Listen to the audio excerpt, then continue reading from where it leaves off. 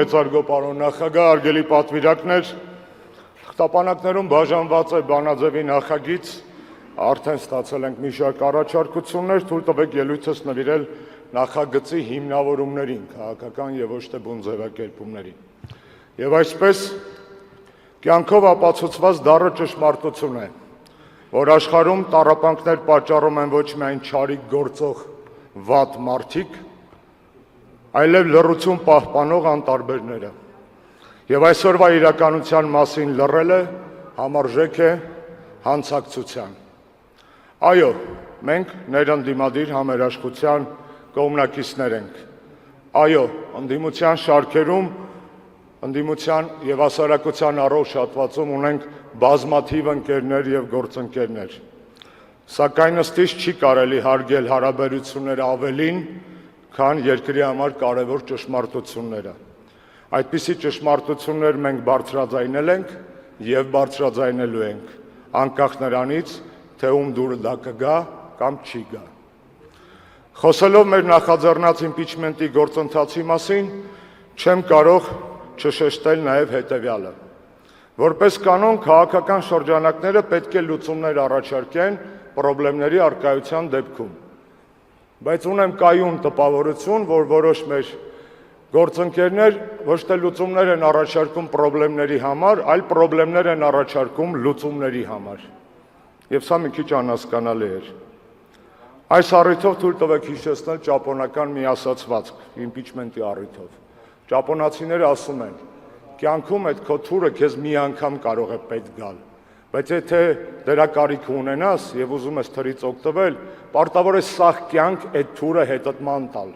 Իմպիչմենտը կարծում եմ դրա նման մի բան է։ Կարող է մի անգամ պետք գալ եւ մենք պարտավոր ենք դա մշտապես մեր կողքին պահել։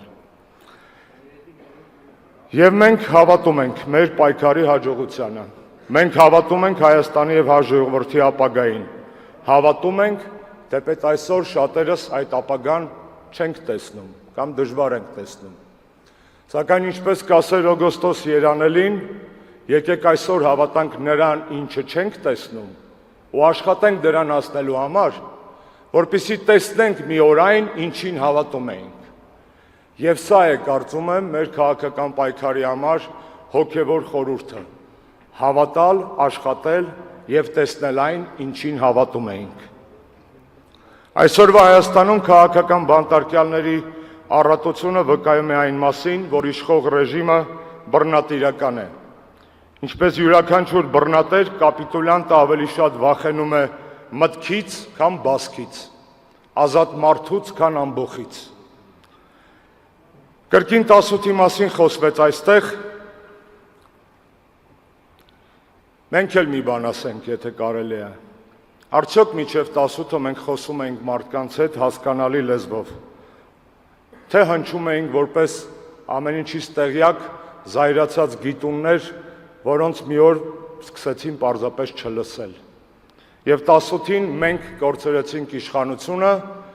իսկ ժողովուրդը պետությունը, մի պարզ պատճառով, որովհետև եւ մենք, եւ ժողովուրդը կարծում էինք, որ այդ ամեն ինչը ինքըստինքյան է։ Կներեք ոչ հայերեն բառից համար նաղդ է, պարզվեց ոչ իշխանությունն է նաղդ, այդ հələ մի կողմ, ոչ էլ ցավոք սրտի պետությունը։ 2023 թվականի սեպտեմբերին Արցախի կորուստը դարձավ կանխատեսված անակնկալ։ Այո, որքան էր իրարամերժ հնչում ձևակերպումս, դա կանխատեսված անակնկալ էր, որովհետև մեր ուղեղը հասկանում էր, թե ինչի է բերելու այս կապիտուլյանտ ռեժիմի հետագա կառավարումը, սակայն ժողովրդի միամիտ սրտերը չէին ուզում հավատալ, որ դա դառնալու է իրականություն։ Մենք կուսակցություն ենք, որը հաջողությամբ կառավարել է։ Մենք կուսակցություն ենք, որը նաև սխալներ է թույլ տվել, այդ մասին խոսեց նաև նախագահը իր զեկույցում։ Բայց մենք նաև կուսակցություն ենք, որը սովորել է եւ սովորում է։ Օրինակ, մենք սովորել ենք, որ իշխանությունը վերջակետ չէ, կյանքի ավարտ չէ, իշխանությունը պատասխանատվություն է։ Մենք սովորել ենք, որ կայունությունը առանց արդարության եռացող կաթսա է, իսկ արդարությունը առանց կայունության քաոս։ Մենք սովորել ենք,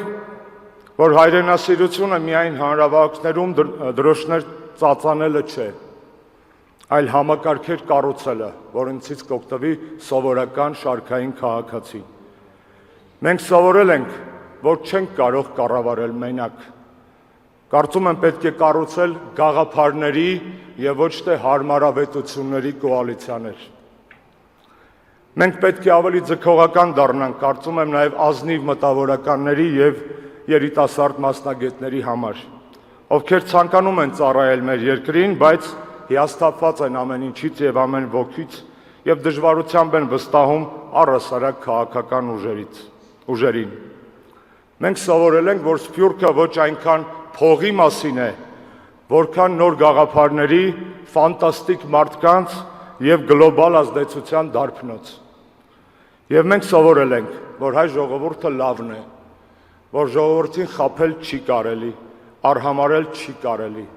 անտեսել չի կարելի։ Մենք չենք վախենում հակաքարոզչությունից, մենք չենք վախենում վարձկան իրավապահներից եւ վարձու գրչակներից, չենք վախենում։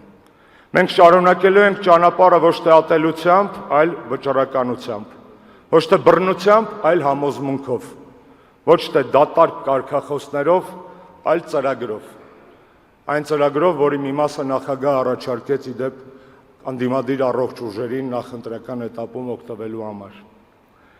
Պետք է սովորել խոսել ցավից, վերքից, որովհետև վերքը կարելի է բուժել, եթե սկսես դրա մշակումը, եթե վերքը չես մշակում, այն բուժել չես կարող։ Երբ ազգը կորցնում է իր հողը, այն կարող է հետ բերել։ Երբ ազգը կորցնում է իր զավակներին, կարող են ծնվել նորերը, բայց երբ ազգը կորցնում է իր իմաստությունը եւ ինքնապահպանման բնազդը, այդ ժամանակ ազգը կարող է կորչել ընդմիշտ։ Ասում են, որ Աստված երբ ուզում է պատժել մարդուն, նրան զրկում է բանականությունից։ Կարծես թե ազգերի դեպքում նույնպես այդպես կարող է լինել, եւ մեր խնդիրն է դա թույլ չտալը։ 8 տարի է, ինչ փորձում են մեզ թաղել, եւ ամեն անգամ մենք ապացուցում ենք, որ կանք, քանզի մարդիկ կարող են գալ ու գնալ, մարդիկ անցողիկ են, արժեքները երբեք, որովհետև հանրապետական կուսակցությունը անհատների հավաքածու չի։ Հանրապետական կուսակցությունը իշխանության գալու մեքենա չի, այն գաղափար է, այն գաղափարը, որ Հայաստանը կարող է լինել մրցունակ, որ Հայաստանը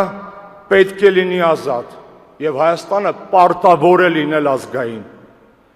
Այս գաղափարն է, որ պետությունը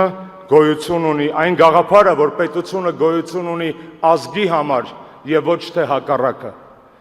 Ինչ է նշանակում հանրապետական այսօր։ Ահռելի փորձ առանց կոռուպցիայի, հայրենասիրություն առանց դեմագոգիայի, ուժ առանց ամբարտավանության։ Նայեք այս դահլիճին։ Ես տեսնում եմ երիտասարդ դեմքեր, մարդիկ, որոնք դեռ չէին ծնվել, երբ որ հանրապետականը հիմնադրվում էր։ Ես տեսնում եմ կանանց, ովքեր ստանձնել են առաջնորդություն իրենց ընտանիքներում եւ հանրույթներում։ Ես տեսնում եմ մտավորականների, որոնք հրաժարվել են խոնարհվել այս նոր հերիտիկոսների առջև։ Ես տեսնում եմ նախկին զինվորականների, որոնք կռվել են մարտի դաշտում ու այսօր վերադարձել են կռվի, բայց այս անգամ խոսքով, գաղափարով եւ կազմակերպչական ուժով։ Մենք անցյալ չենք, մենք շարունակությունն ենք, մենք կամուրջն ենք այն Հայաստանի միջև, որ ոչնչացվեց, եւ այն Հայաստանի, որը վերածնվելու է։ Շնորհակալություն։